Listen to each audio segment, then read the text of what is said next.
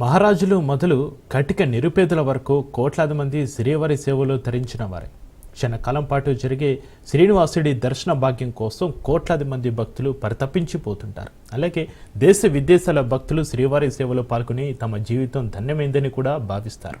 ఇలా ఒక్కొక్కరు ఒకలా సేవలు చేస్తుంటే తిరుపతికి చెందిన ఒక వ్యక్తి మాత్రం స్వామివారిపై అపారమైన భక్తిభావంతో దాదాపు 27 ఏళ్లుగా పరదాలను కానుకగా సమర్పిస్తూ శ్రీవారి సేవకు అంకితమయ్యారు. ఉగాది పర్వదినం దగ్గర పడుతున్న నేపథ్యంలో పరదాలను స్వయంగా తయారు చేసి అందిస్తున్న ఆ వ్యక్తి గురించి ఒకసారి చూద్దాం.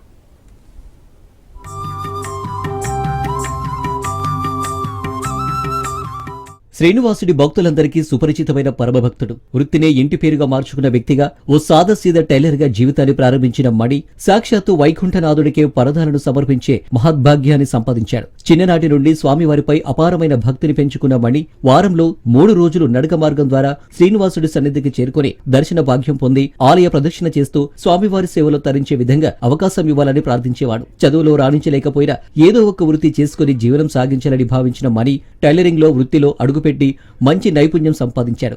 ఈ నేపథ్యంలో 1999లో శ్రీ పద్మావతి అమ్మవారి ఆలయంలో హుండీ ఏర్పాటు చేసేందుకు మొదటిసారి అవకాశం దక్కింది. అక్కడి ఆలయానికి అనుగుణంగా హుండీని బట్టలతో తయారు చేశారు మణి. అలా అందరి మన్ననలను పొందాడు.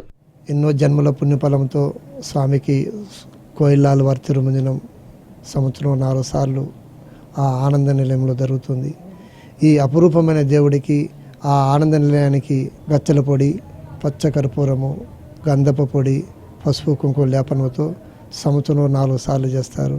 వచ్చినప్పుడు స్వామికి ఇంత అందమైన నైపుణ్యం కలిగింది కదా, పరదాలు కూడా మీ చేతులతో చేస్తే బాగుంటుంది అని అన్నప్పుడు ఆ దేవదేవుడే అధికారుల నోటి నుంచి ఆ పిలుపుతో నాకు పంపించాడు అనే భావనతో పరుగున నేను పోయి ఆ బంగారు వాకిల్లో మెజర్మెంటు, రాముల వారి మెజర్మెంటు, మేడ, అలాగే గడపలన్నీ మెదరమెట్టి తీసుకొని తన్మత్తం చెందాను.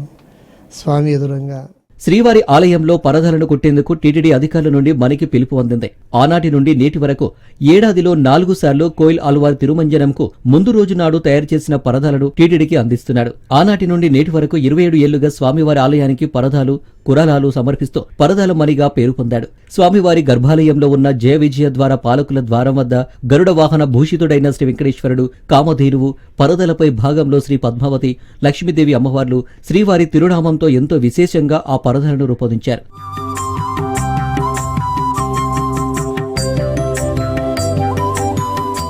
ఇక శ్రీరాముల వారి మెడకు శ్రీ లక్ష్మీదేవి అమ్మవారి ప్రతిమ, ఐరావతం, శంకుచక్రాలు అమర్చారు.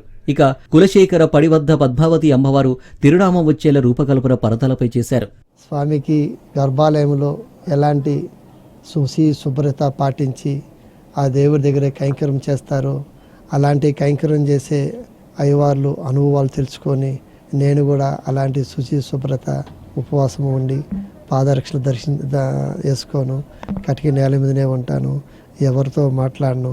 స్వామి దగ్గర ఉంటున్నాడు కదా, స్వామి గర్భాలయానికి పరదాలు సమర్పించాలి కదా, ఆ గంగా జలాలు అక్కడి నుంచి ఆకాశంగా గంగాలను తెప్పించుకొని పసుపు కలుపుకొని సంప్రోక్షణ చేసి ఆయన అభిషేకం తీసుకొని సమర్పిస్తాను. గర్భాలయంలో 7 ద్వారాలు, 7 ద్వారాలకి పరదాలు సమర్పించే భాగ్యం, అపూర్వంగా భాగ్యం కలిగిస్తున్నాను.